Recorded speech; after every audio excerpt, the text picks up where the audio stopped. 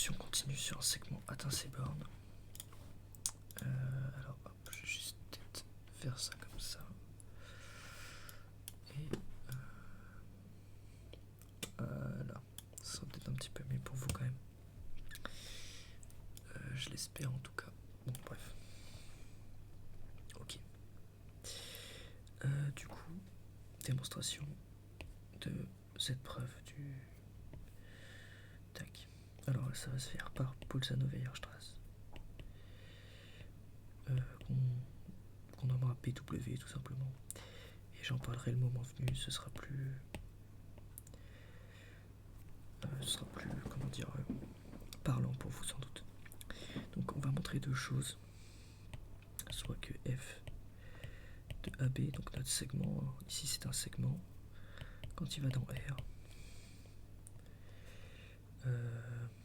il est borné et qu'il atteint ses bornes. Donc ça c'est une fonction continue. Continue. Voilà. Et ça c'est par hypothèse, bien sûr. Alors, est-ce qu'on a vraiment besoin... On n'a peut-être pas besoin de prouver ici qu'elle est bornée. C'est ce que je suis en train de me dire, c'est qu'on n'a pas forcément besoin de prouver qu'elle est bornée.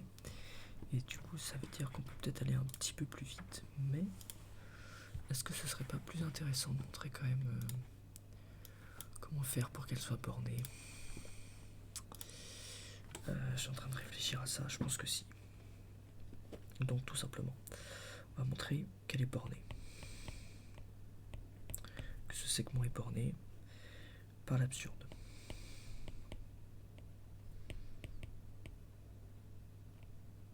Ok. Donc, si F n'est pas majoré, alors... Donc ça veut dire majoré, hein, ce que j'écris ici. C'est une traduction mathématique de majoré.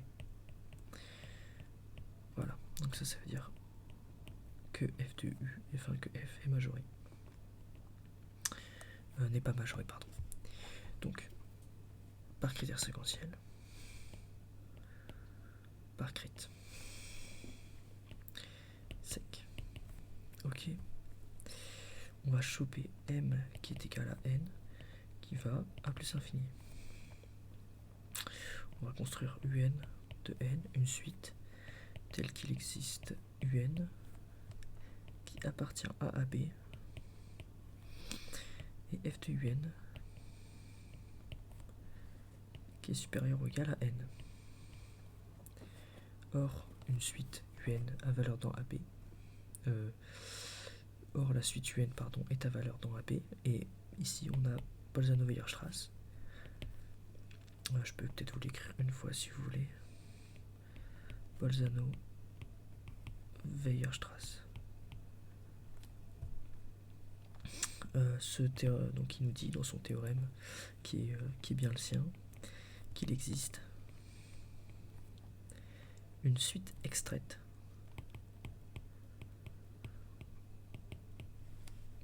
de UN qui convergent. Donc, suite extraite, U phi de N qui convergent. Ok. La limite de ce U phi de N, qu'on va appeler C, appartient toujours au segment AB. Or, F est une application continue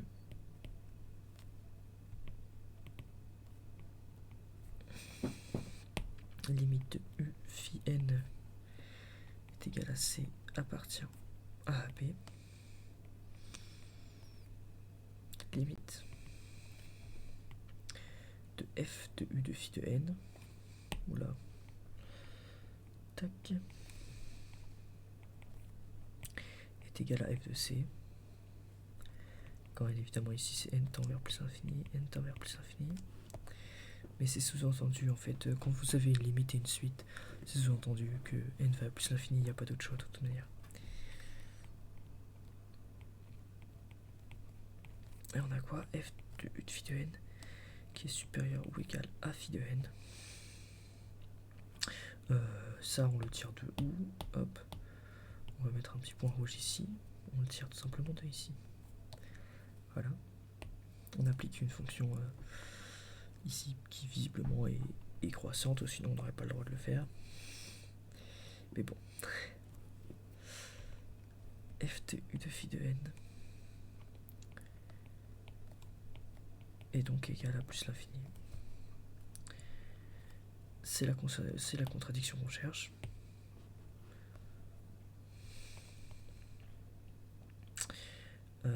Une suite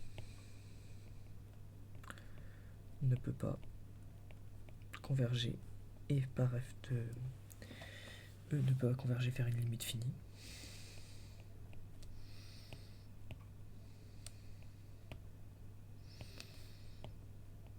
Oula, mon f qui part en vrille.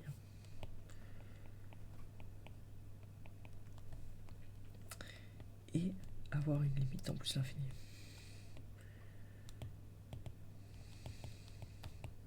Même pas en plus l'infini, mais juste avoir une limite en infini.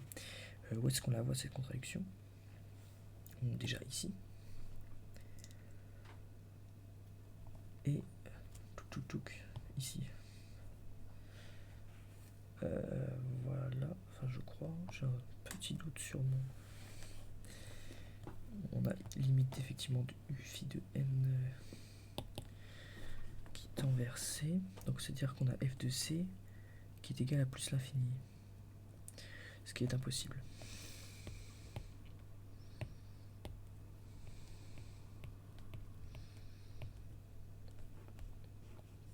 Ok, c'est bien ça. Donc,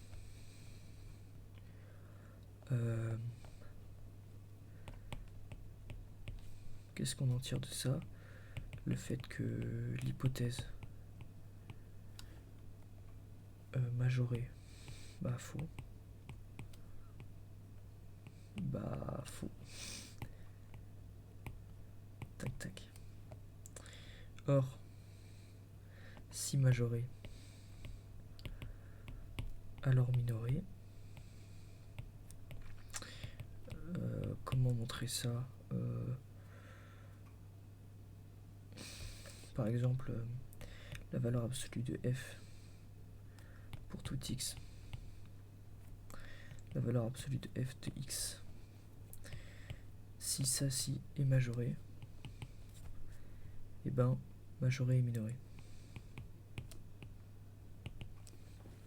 Ok. Donc f est borné.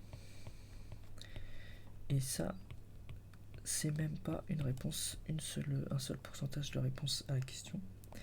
Ça, j'ai envie de dire, on s'en fout. Ce qu'on veut montrer, c'est qu'une fonction continue sur un segment atteint ses bornes. Bon, eh bien, on va y aller. Ça va être une démo assez longue encore une fois. Mais c'est pas grave, on y va. Si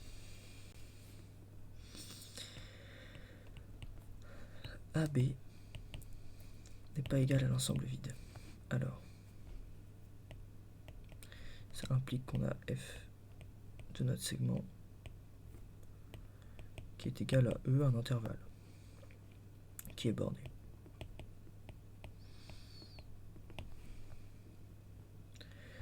Alors, E a une borne sup,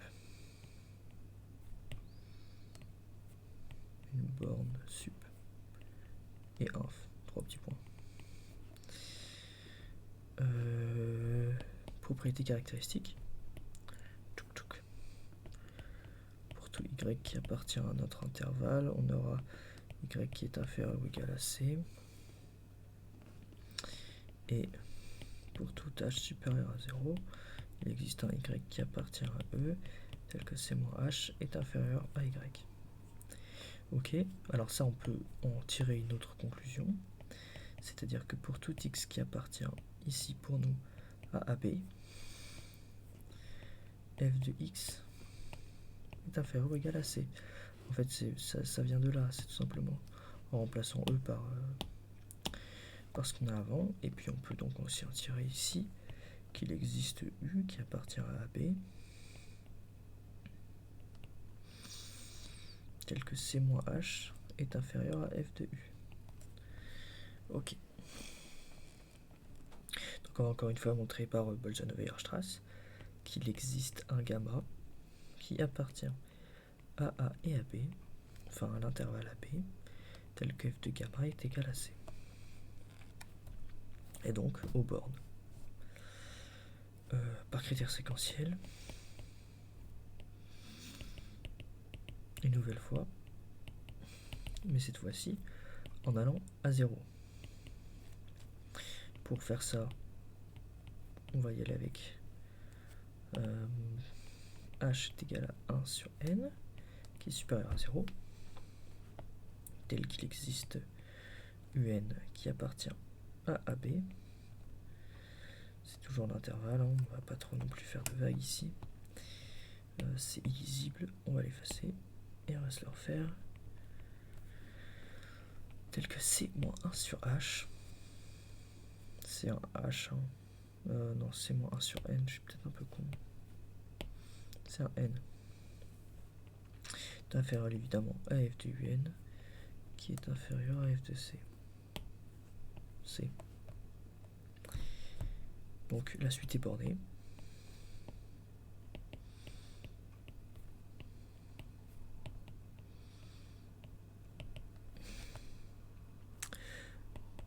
Par Bolzano-Weierstrass, on va dire qu'il existe une suite extraite.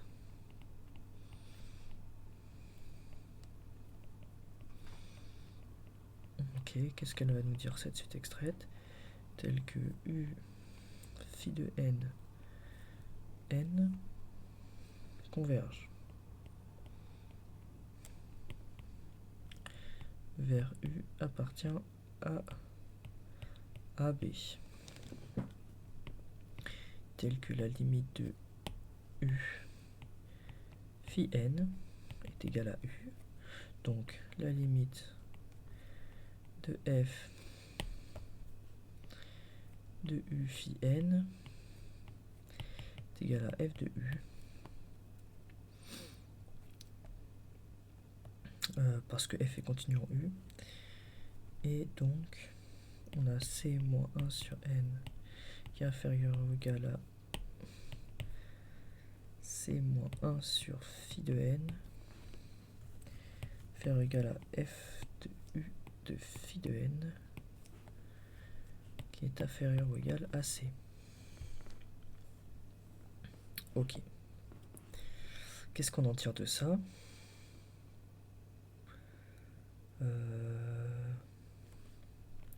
Donc, limite de U de phi de N va être égal à F de U qui est égal à C, qui est égal à la bande sup de notre F de AB qu'on avait déterminé dès le début là.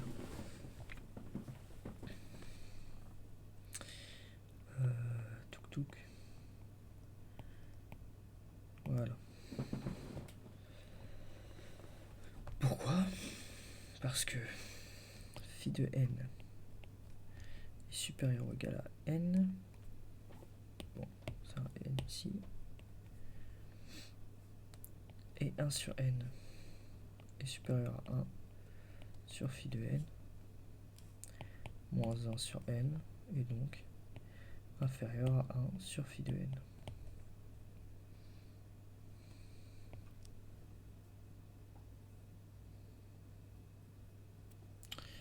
Ok.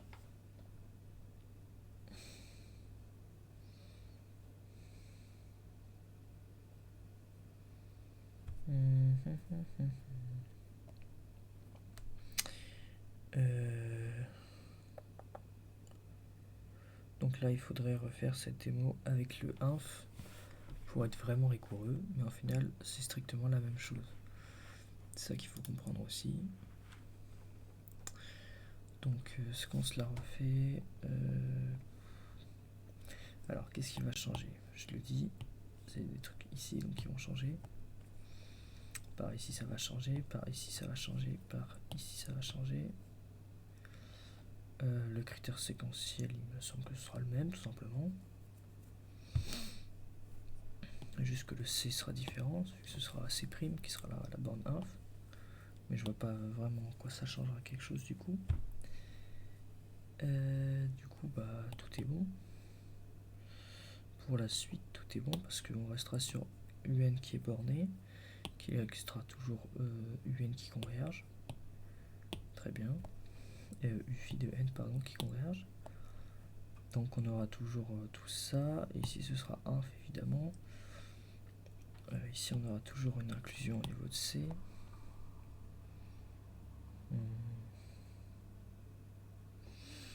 Ok. Ça a pas l'air trop mal. Ça a pas l'air trop mal. Ok. Je vais essayer de regarder si j'ai pas potentiellement oublié quelque chose quelque part. Mais je pense pas forcément. Donc c'est pas si mal. Que ça, oui, ça colle. Ouais, bien. Alors.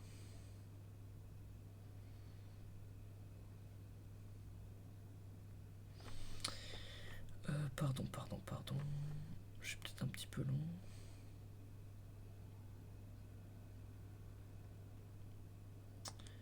Mais ouais. Non, c'est correct. Donc maintenant, il faut quand même montrer une dernière chose. Dernière partie.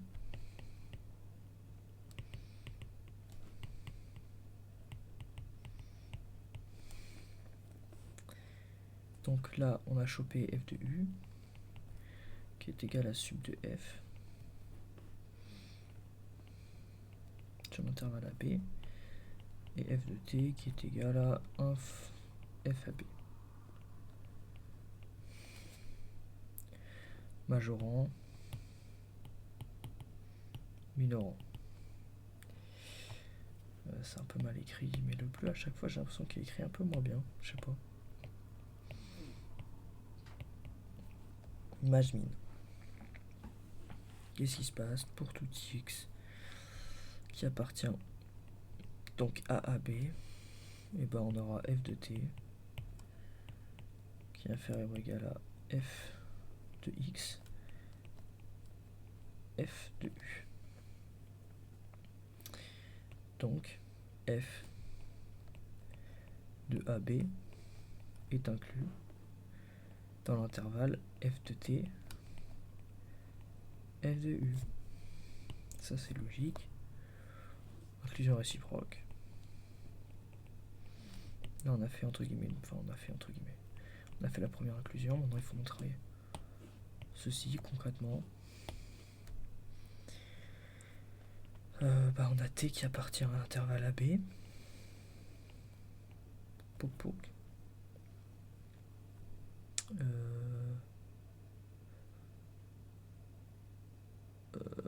Et U qui appartient à B aussi.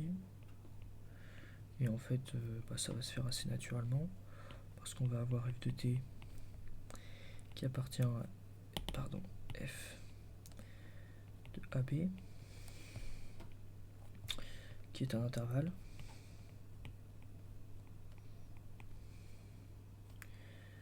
Et de même, parce que l'image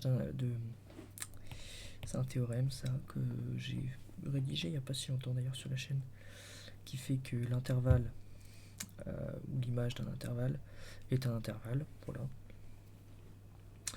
Et de même, f de u appartient à f de AB qui est un intervalle.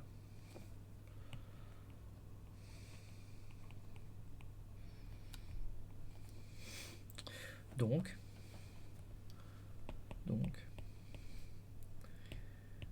ici on aura, voilà, mais c'est pas possible. On a effectivement ce qu'on voulait, c'est-à-dire f de t, f de u, qui est inclus dans f de AB,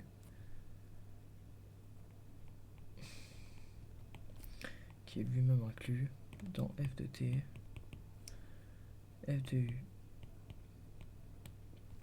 Voilà, donc ça nous permet tout simplement de conclure que f de ab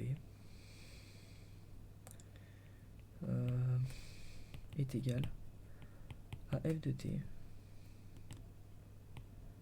f de u, qui est un segment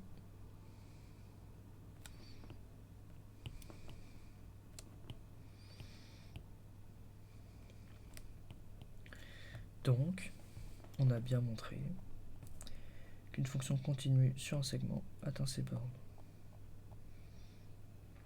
Voilà. Eh bien, c'était tout pour cette petite vidéo, ce petit théorème, cette petite démonstration. J'espère que vous aurez pu apprendre quelque chose, quelques trucs. Notamment, il y a pas mal de théorèmes ici utilisés avec le Bolzano-Weierstrass et théorème sur les suites extraites qui convergent forcément. Et puis finalement la propriété juste de base qu'on vient de démontrer. Donc voilà. J'espère que vous aurez pu tout de même plus ou moins vous détendre en écoutant ces petites maths. Et puis voilà. Bisous bisous.